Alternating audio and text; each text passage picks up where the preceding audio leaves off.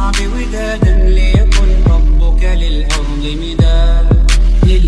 مداد قلم أنت فكم عبرت.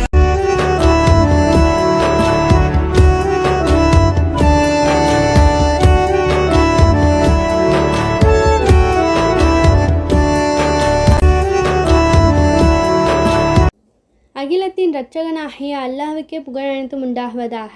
கண்மணி நாயகம் ஸல்லல்லாஹு அலைஹி வஸல்லம் அவர்கள் மீதும் அவர்கள் சஹாபாக்கள் மீதும் சாந்தியும் சமாதானம் உண்டாகுவதாக.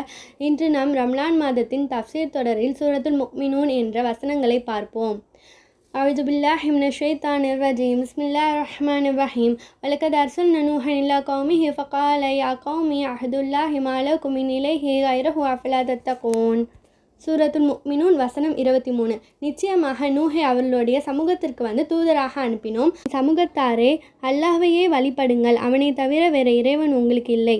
எனவே நீங்கள் அவனை அன்றி நடந்து கொள்ள மாட்டீர்களா என்று அல்லாஹ் குரானில் இதை சொல்லியிருக்கான்.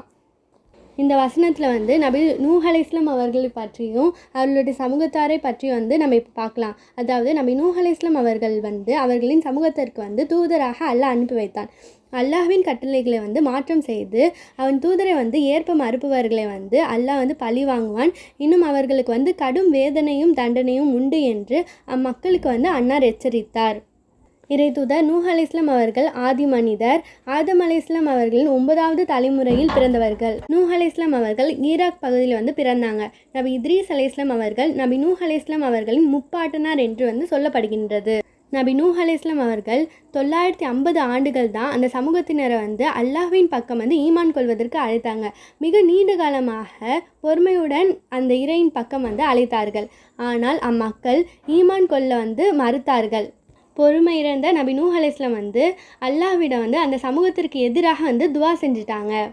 அல்லாஹ் அவங்களுக்கு ஒரு கப்பலை கட்ட சொல்லி கட்டளையிட்டான். நபி நூஹ் அலைஹிஸ்ஸலாம் அந்த கப்பலையும் கட்டுறாங்க.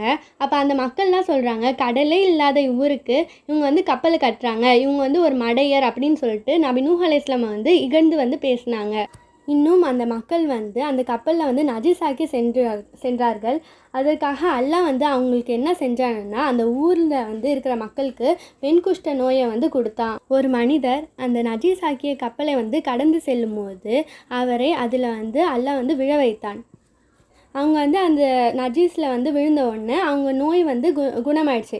இதை பார்த்து அம்மனிதர் அந்த ஊர் மக்கள்கிட்டலாம் போய் சொல்கிறாங்க, இந்த மாதிரி இந்த நஜீஸில் விழுந்ததுனால அந்த நோய் குணமாயிடுச்சுன்னு சொன்னோடனே அந்த மக்களும் அனைவரும் அந்த கப்பலில் அந்த நஜீஸ் மேலே விழுந்துட்டாங்க. அவங்களுக்கும் அந்த நோய் குணமாயிடுச்சு.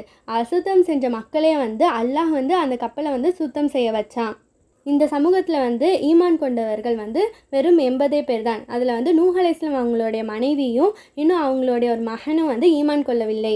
பிறகு நூஹ் அலைஹிஸ்ஸலாம் அவங்க கப்பலை கட்டிட்டாங்க. அதுக்கப்புறம் ஈமான் கொண்டவங்களை மட்டும் அல்லாஹ் அந்த கப்பலில் ஏற செய்தான். அந்த ஊருக்கு அல்லாஹ் மழையை கொடுத்தான். அது வெள்ளமாக மாறியது.